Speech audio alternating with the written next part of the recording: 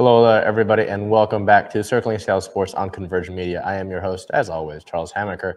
We have the week of November 30th through December 6th here for you in this past week in Seattle sports. We've got a couple season recaps for you. I do apologize. I was slacking on the rain one. Got that today for you. We've got two Seahawks games, considering that the Seahawks played last Monday prior to the recording of last week's episode. And then this week's game against the 49ers. The MLB lockout has officially started, so the Mariners news has come to a shuddering halt. The Kraken continue a relatively good spurt that they've had after coming off that 6-game losing streak just a few weeks ago. So we're going to jump into it now and just move straight into business with the game against the Washington football team on the road. The Seahawks would lose that game by a score of 15-17. It would come down to the last few minutes when Seattle would have Russell Wilson lead them down the field, scoring a touchdown on a drive late in the game. Would need that 2-point conversion, would fail to secure it, as you can see with the score here on your screen. Seattle would try to do an onside kick, would get called for an illegal formation on that kick, and then on the ensuing kick, Washington would recover. Just a struggle of a game, really, offensively. If we look at the stat leaders here against Washington, the Seahawks actually did get 2 points from a Rasheem Green blocked kick, funny enough. Points coming in some unconventional ways. Russell Wilson completed 20 of his 31 attempts for 247 yards, 2 touchdowns. So, on paper, that's not a horrible day. But then you look at the rushing leader, who is also Russell Wilson, getting 2 carries, leading the team with 16 yards on the ground. That is not exactly ideal. The next closest running back, Alex Collins, had 7 carries for 14 yards. So that'll tell you how things were going really offensively there. Tyler Lockett led the team interceptions with 3 receptions for 96 yards. Bobby Wagner in the tackle department, 14 total, 10 solo, and 1 pass deflection. And Jamal Adams notched another interception to give the team the only turnover that they forced against Washington. That game was just really... It was an ugly game. We'll get it out there. Russell didn't really look like himself. I know the 247 yards and 2 touchdowns isn't bad, but for the most part, it was a struggle. The offense could not sustain drives. The defense, giving up 17 points is below the league average. Giving up below the league average, and now, including the 49ers game, not to play spoiler, allowing below the league average defensively in 6 of the last 8 games, that's a good thing. Your defense is doing their job. The offense needs to pick up the slack. And this, I'm not comparing by any means, but this is, again, going back to the Seahawks teams of what feels like yesteryear, where the defense is doing all the work and the offense can't seem to sustain drives. The only thing was, back then, it was Russell Wilson, Marshawn Lynch, Golden Tate, amongst others. Now, in the receiving department, you've got DK Metcalf and Tyler Lockett, who I would say are safe bets to be better players, upgrades over the receiving core that we had in years past. Now it's just the run game is certainly taken a turn, and we don't necessarily have a true workhorse. The Seahawks dropped to 3-8 after that game on Monday Night Football on prime time against Washington. Going into next week, Week 13 versus the Santa Clara 49ers, Seattle would win that game by a score of 30-23. So the Seahawks are able to complete a season sweep over San Francisco this season, despite really being in a down year, it seems. Seattle held the 49ers out of the end zone late in the 4th quarter to get the victory. They're 4th on the season. Really unconventional, but again, a win is a win. It came down the last minute of the game. San Francisco was driving. Seattle had a goal line stand. Carlos Dunlap on 4th and goal was able to get a hand on Jimmy Garoppolo's pass and deflect it and cause it to be an incompletion. So the defense, as I've been saying, doing their job. Defense holding the 49ers to 0 points in the second half after struggling to do so struggling to cover in the first half, giving up 23 points. The offensive side of the ball still needs work, but able to get some playmakers the ball, get them involved this week. Offensive line play really, really struggled this past game. Play calling still could use some work. There were a lot of screens that were really ineffective against the 49ers defense. And to go touch on the offense, 2 of the Seahawks starters from this game, Kyle Fuller at guard and Brandon Shell at right tackle, both had to go down with injury. So rookies Jake Curhan, who is an undrafted free agent out of Cal, and Stone Forsythe were actually both forced in the game and actually played relatively well. But several times throughout the first half, the Seahawks just, Russell Wilson had no protection. It was once again scrambling for his life. If you're a Seahawks fan, that is something that, you know, we've seen way too often. But yeah, the defense was able to do their job. Offense got the points. 30 points isn't bad at all. 30 points isn't bad at all. Just got them unconventionally. The first touchdown that Seattle got was a 73-yard fake punt in Seattle's own territory. Adrian Peterson signed with the team. So I know we're getting to games right now, and normally I would address that in team news, and I still will. But Adrian Peterson's touchdown, which he scored on the goal line, was his 126, which ties him for legendary running back of the Browns, formerly Jim Brown, for 10th most in NFL history. So some history being made on Sunday. As we get to stat leaders over here, Russell Wilson completed 30 of his 37 attempts for 231 yards, 2 touchdowns, and a pick. So 30 completions, 230 yards, 2 touchdowns, and the interception really wasn't his fault. Gerald Everett kind of had a bad day. Kind of might be giving him the benefit of the doubt. Everett fumbled once, and the interception there you see was off his hands. Clean pass, just off his hands. And Everett was falling down trying to make the catch, and he kicked the ball up in the air on the goal line, and the 49ers were able to pick that off. I believe it was Quan Williams of the San Francisco D. On the ground, Travis Homer, 3 attempts, 80 yards, 1 touchdown, 73 of those yards coming on that fake punt. Receiving-wise, Tyler Lockett, 7 receptions for 68 yards and a touchdown. Tackles, Jordan Brooks. Again, it seems like in the tackle department this year, it's either been Jordan Brooks or Bobby Wagner leading the team. Jordan Brooks, 11 total tackles, 5 solo, and 1 tackle for loss. And in the turnover department, Quandre Diggs and Bobby Wagner both record an interception each. So it's always great to beat the 49ers. Always great to beat the 49ers. But to do so in a year where really this has been, you know, we've talked about it, you know, for the past several weeks. It's been a struggle for Seattle just offensively with the way things are going, with some injuries here and there, play calling, coaching. It's been a struggle as a whole, right?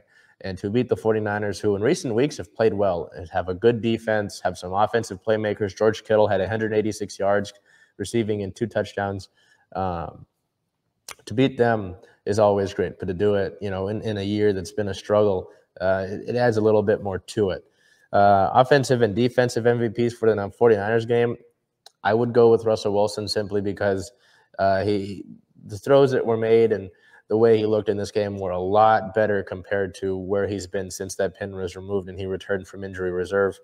Defensive side of the ball, Bobby Wagner, that pick was huge. Seattle did not get any points off of that interception, but Bobby Wagner is a consummate professional, leads the league in NFL in tackles. I would just say now, do not take watching Bobby Wagner play for granted. That's a surefire Hall of Famer, more than likely. I would put good money that he's going to be a first ballot Hall of Famer. So Russell Wilson and Bobby Wagner, 2 constants for this team throughout the years, really, since they both were drafted. Russell coming out of Wisconsin, Bobby coming out of Utah State. Injury-related news, the game day inactives against the 49ers were Jacob Eason, running back Alex Collins. So Collins, similar to the game against Washington, a lot of running backs really banged up for Seattle. We really were spoiled in the era of Marshawn Lynch, where Marshawn really didn't suffer an injury until late in his time here. Offensive guards, Phil Haynes and Damian Lewis were both game day inactive. So Damian Lewis, young guard, still dealing with an injury. Cornerback Nigel Warrior and defensive tackle Robert and Nkemdiche were out. Post-game, we do have 3 different injuries to report to you on. Strong safety Jamal Adams has a sprained shoulder, the same shoulder that required surgery this past offseason. The severity of that injury is not currently known, and we will get you that information as soon as we find that out. Offensive tackle Brandon Shell aggravated a shoulder injury, putting his status for next week's game, Week 14, in doubt. So we may see more Stone Forsythe this upcoming week at right tackle. And offensive guard Kyle Fuller sprained his ankle. The severity of that is also not known. It is Monday. This is usually when we kind of hear about these injuries and the severity of them. So we may hear that later today. We may hear that throughout the week. And team-related notes, December 1st, as we kind of alluded to, Adrian Peterson signed to the practice squad. And December 4th, Peterson was elevated to the active roster from the practice squad. So legendary running back joining the Seahawks.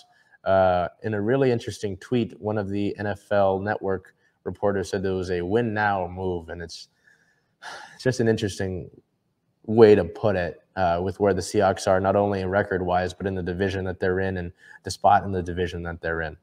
But AP was able to get some yards on Sunday and was able to score a touchdown, his 126 on his career there.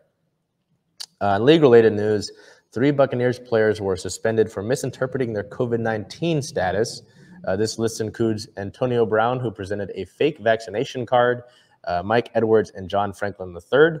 The 2022 salary cap will increase from this year's number. This year's number is $182.5 million. It will increase to $208.2 million next season. And the belief, there's a final note that I have for you here. Belief around the league is that there will not be a quarterback taken in the top 10 picks this upcoming year. So looking into next week against Houston, the Seahawks will travel down to Houston to play the Texans. Seattle now with a 4-8 record, 4th in the NFC West still, looking to improve to 5-8, hopefully December 12th in Houston with a 10 a.m. Pacific time kickoff. Houston's had their struggles. They've had their struggles. Both teams had their struggles this past season, but Houston really not in the best shape and really just they're in a down year as well. So it's this opportunity to go in there and visiting Houston for the first time since the Super Bowl year. And really, I mean, if you're going to run the table, you got to be able to beat easy teams, and this is one of those teams. So moving over to the Mariners here, not too much going on, but some things were able to happen before the lockout, so we'll address that before we talk about the lockout itself. In the Mariners offseason news, Seattle tendered contracts to 33 of its total 40 players for next season. 10 of those 33 were eligible for arbitration, in addition to 4 of those who are already on major league contracts. Those 4 would be starting pitchers Chris Flexen and Marco Gonzalez, relief pitcher Ken Giles, and first baseman Evan White. Additionally, the team agreed to terms for deals with infielder Kevin Padlo and catcher Jose Godoy. And Seattle extended young right-handed pitcher Andres Munoz. Munoz signed a 4-year extension with club options for 2026 and 2028. The hard-throwing young reliever was acquired in the Austin Nola trade and did see an inning of action in the last game of the year against the Angels. Just a small note, the Red Sox signed former Mariners pitcher James Paxton. So Paxton, somebody who seemed like a candidate to return to the team next year, will join the Red Sox on a 1-year deal.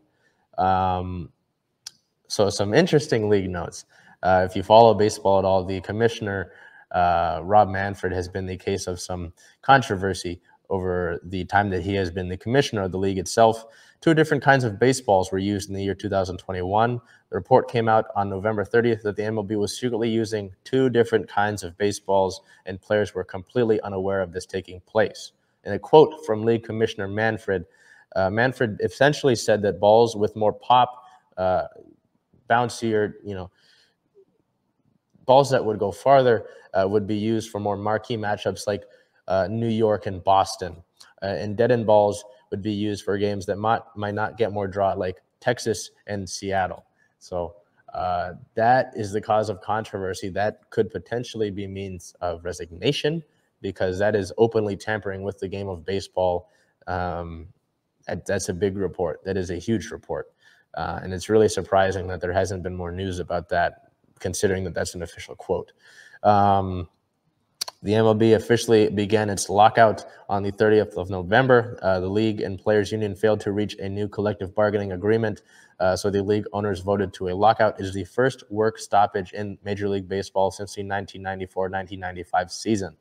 And in other news, 6 new members of the Baseball Hall of Fame were announced. Gil Hodges, Minnie Minoso, Buck O'Neill finally gets into the Hall of Fame. Jim Catt, Tony Oliva, and Bud Fowler were all voted in by early committees. Looking ahead, the MLB is in lockout.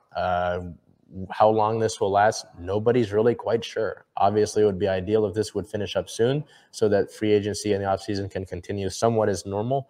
But it's a really interesting case. There's arguments on both sides of the table here. The owners wanted to go into lockout simply because They want to work on their CBA. The players have different thoughts for the collective bargaining agreement. So we really have no clear idea of what that might look like, how that might end, and when it might end. Moving into the Sounders here, we have our Sounders season in review for you. Season recap here. Looking at first MVP, had to be João Paulo. João Paulo only missed 3 games over the course of the season. He was tied for 6th in the league in assists, finished 5th in total touches, first in the league in tackles won, 2nd in interceptions, 3rd in duels among players with at least 10 assists. So you can see there a little bit by the numbers here. João Paulo was really, by most means of the words, I'd say, or by all means of the word, a midfielder, really playing defensively and offensively, ranking 2nd in the league with 42 chances created from set plays and was tied for 3rd with 6 assists from set plays. JP was really stepped into the role that Nico Ladero has played for the Sounders in years past, and really invaluable, on both sides of the ball, defensively and offensively, helping with those set pieces, but also with the interceptions and duels won among players with 10 assists, really just getting involved on both sides. And helping the defense out as well as providing for the offense. Was voted as an all-star this season and earned Best 11 honors for the league, and was one of the 5 finalists for the MLS MVP award. Looking into Defensive Player of the Year, Yeimar had to be Yeimar for the Sounders here. Yeimar Gomez Andrade played a whopping 2,657 minutes total this past season, leading the Sounders in total time played. In that time, he would only miss 1 game, have an 81.1 pass percentage for a center back, led the team in tackles with 55, was part of 8 total clean sheets for the Sounders, led the team in headed duel percentage with 72.5, led the team in interceptions with 86, which also led the MLS as well. The second closest player had 13 less interceptions, finished 2nd in the league with 147 clearances, was an MLS All-Star starter, and was one of the 3 finalists for MLS Defender of the Year. Yeimar is 29 and had some troubles this past season, had some things that could be cleaned up, but the 6'2 Colombian is coming off possibly his best year yet and looks to be even better this upcoming season. Golden Boot is the award given to the player who scores the most goals. Raul Ruidiaz led the Sounders in scoring for the 4th consecutive season, becoming the first player in club history to win 4 Golden Boot titles. His 17 goals scored in the regular season ties former Sounder Obafemi Martins for the club record that was set in 2014, and tied 3rd this season in the MLS. He led the league with 7 game-winning goals and was tied for the league lead with 4 multi-goal games. Seattle went undefeated in the 13 games that Rule scored. Ruidiaz earned a spot in the MLS All-Star Game and a spot on the Best 11. Currently, Raul Ruidiaz is going through contract negotiations, so getting him signed is obviously a big deal once you really hear all that. I mean, going undefeated when Raul scores, leading the team in goals scored. He's also the team's all-time leading scorer in the postseason, so getting Raul locked up for a few more years is a big deal. Contract negotiations are ongoing. Young Player of the Year. Seattle certainly has its share of young players, especially that were featured this past season. Josh Atencio would be the one spotlighted for Young Player of the Year. The homegrown midfielder from Washington played 1,543 minutes this past season, getting action in 25 total games, starting 18 times. He recorded 2 assists, 6 shots, 4 of them on goal, and an 81.8 pass percentage. Best new face, Kellen Rowe. Kellen Rowe is from Federal Way, the Seattle area native, joined the Rave Green this past season and played the 5th most minutes for the team, playing in all 34 games this past season. Rowe scored once, had a 77.9 pass percentage, and recorded 3 assists, all 3 of those coming in 1 game, actually. Recorded 29 tackles and 39 interceptions, so also playing that midfield role pretty exceptionally. Best game for the Sounders had to be the 6-2 win over Portland down in Providence Park. Winning against Portland is always great, but this was real shellacking. I mean, 6-2 down in Portland. Seattle scored a season-high 6 goals, defeating the eventual MLS Cup Timbers. Yes, if you haven't heard, Portland, sadly, is going to the MLS Cup final, where they will play in New York City FC. But getting back to that game, after all the injuries and losing players to international call-ups earlier in the season, this one really let some of the frustration out of having players out and getting a lot of draws, and did so against the club's fiercest rival. So what to look forward to next season? More João Paulo, Leo Chu, the young Brazilian player, acquired midseason, potentially gets more action and gets more acclimated with the team. A healthy Sounders team is something that really will be important this upcoming season, just because, last year you look at still starting off with a club record undefeated streak, but also, playing below your potential, really not getting all your guys to play together at the same time, not really getting your core to play at the same time together, and not really being able to build towards that team chemistry as a whole was an issue for Seattle. And that showed in this last 7 games when Seattle did not win any of those last 7 games. So real impact there to not be able to really gel as a team as a whole, and potentially reloading for a run at the MLS Cup with your young core, with your core intact. This hinges on Raul Ruidiaz's contract extensions that are still taking place. So we'll get to that. We'll update you as soon as we hear more about Raul. Hopefully next week it's like, oh, Raul's re-signed.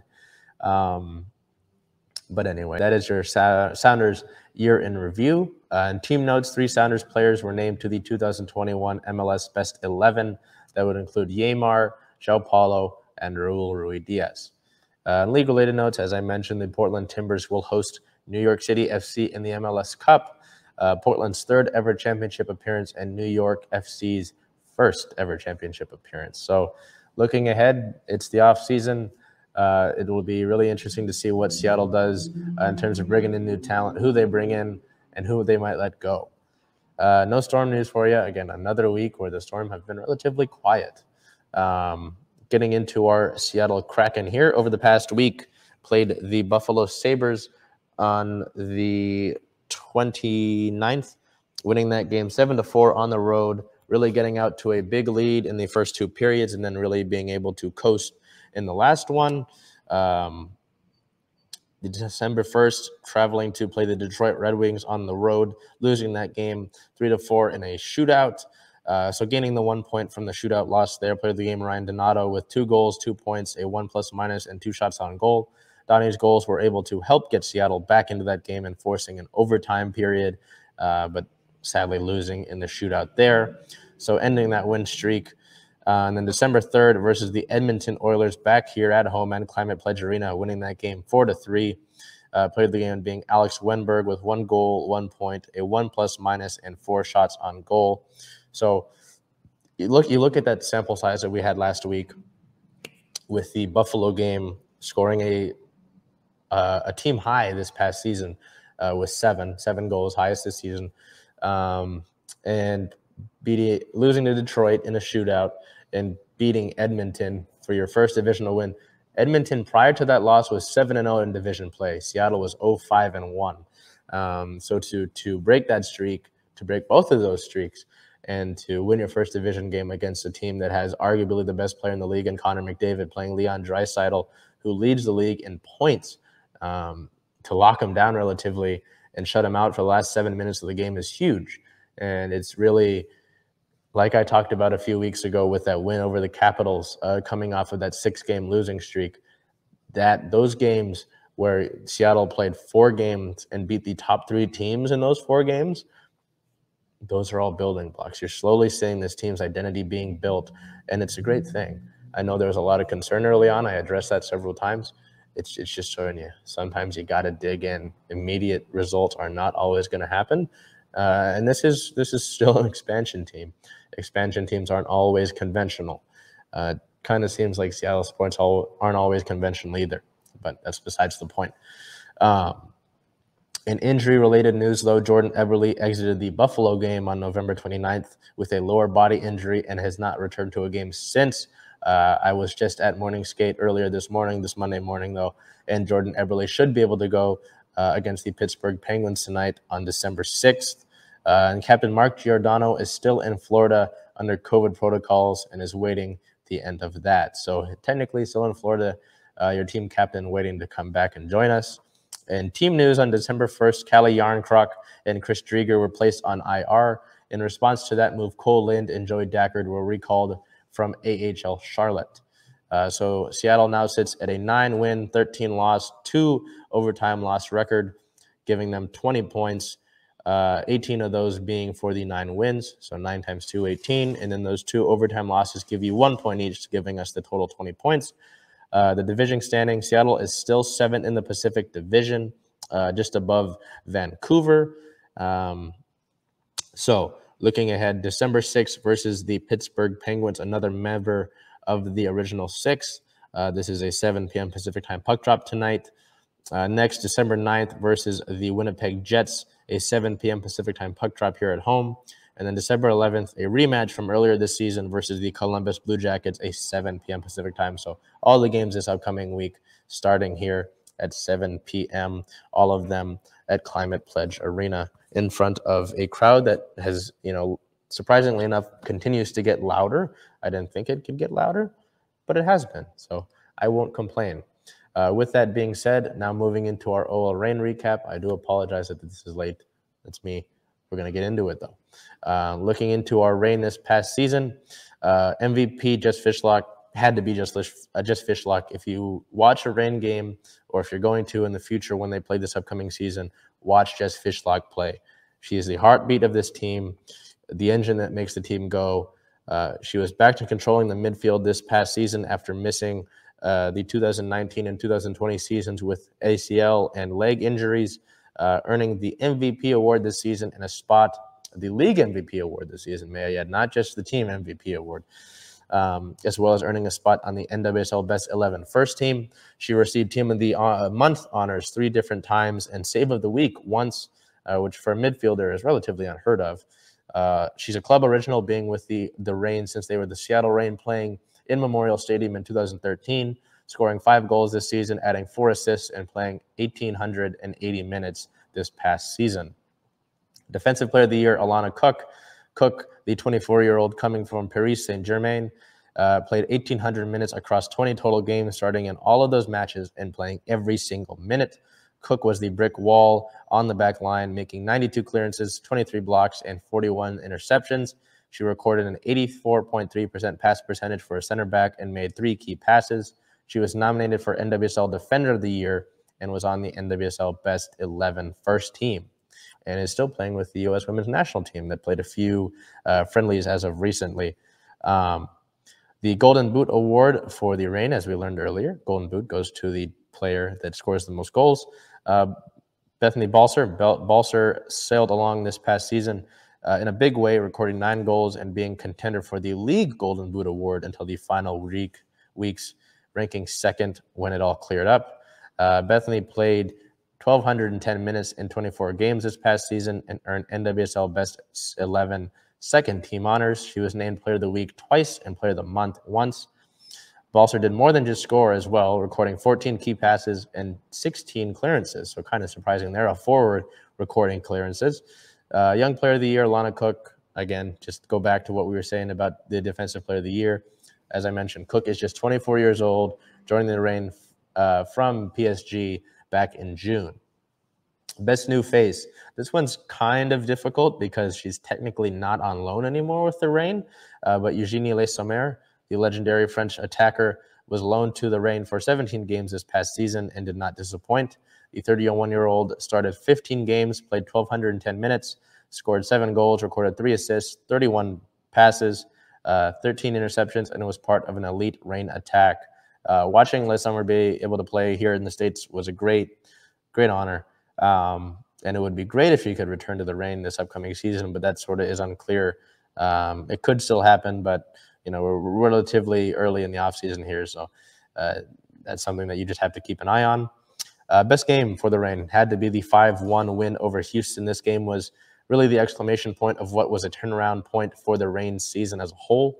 After starting off poorly, being in the basement of the league, really, for the early third of the season, the side that calls Tacoma home really started turning things around, winning 9 of 12 between July 11th and September 26th, and the exclamation point being the 5-1 win over Houston, all 5 of those goals being scored in the first half of that game.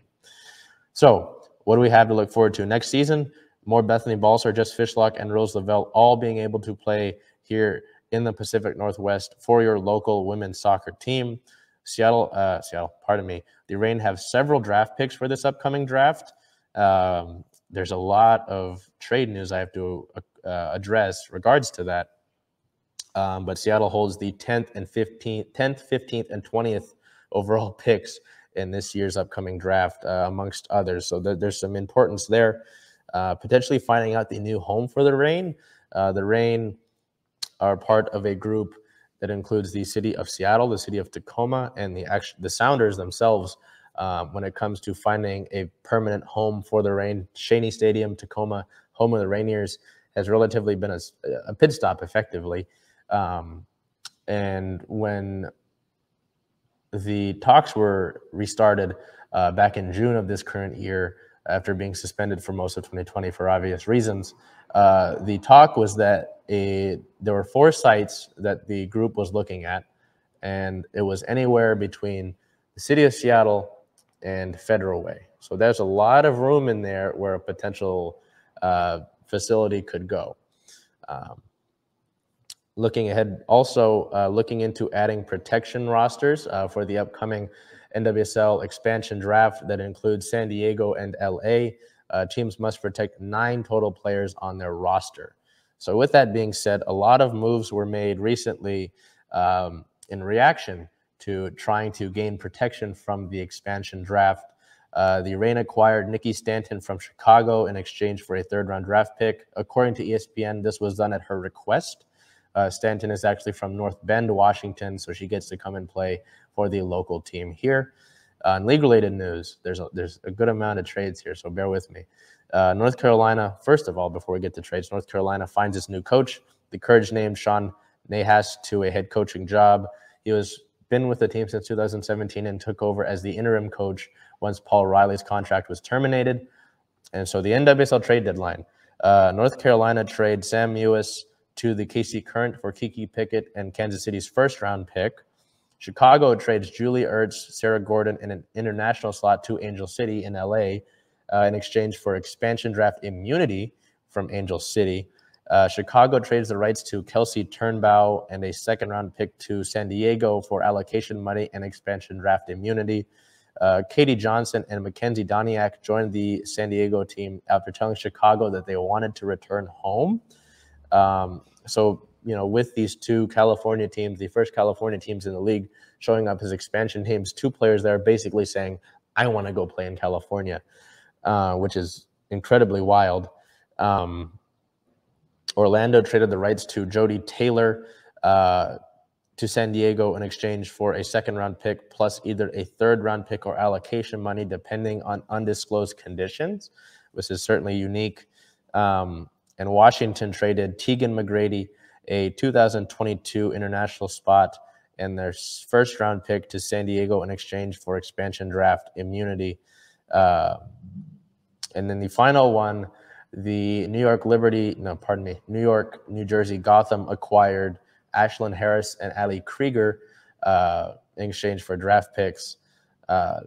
So one of the top goalkeepers in the league traded for draft. All of this is happening. You can just tell all these trades. A lot of it is panic over the expansion draft, and several of those teams trying to gain expansion draft immunity. So we've still got today is the 6th. Yeah, we've got a week. We've got a week until the expansion draft. So don't be surprised next week when we talk more about the actual expansion draft itself, more than likely to hear about more trades that went on over the course of this upcoming week. With that being said, that is your past week in Seattle sports. The Seahawks lose 1 against Washington, get a good win against the 49ers. The Mariners, the MLB lockout is in effect, so really we're not going to hear much until that is ended. The Sounders season in review, we get that out of the way. The Kraken winning 2 of their past 3 with some good chances to continue to build this upcoming few games against Pittsburgh, playing a tough Pittsburgh team with Sidney Crosby, arguably one of the best players in the league. McDavid, Crosby, both you could debate that. Winnipeg and getting a rematch against Columbus, and then the Reign season recap as well as the chaos in the National Women's Soccer League coming up before the expansion draft here. So with that being said, that has been your past week in Seattle sports here, the week of November 30th through December 6th. I am your host, as always, Charles Hamaker. As always, big appreciation to my producer here, Salman, behind the camera, doing all the work, making it look pretty in here. Thank your producers, people, really. I just sit here and I talk to you. With that being said, we will see you back next week, which will be Monday, December 13th, with news about the expansion draft, the Seahawks playing the Texans. Hopefully the MLB lockout ends. I highly doubt it, though. Until then, be safe, be well, and stay warm. It is cold out there, and it is not that fun. So do your best.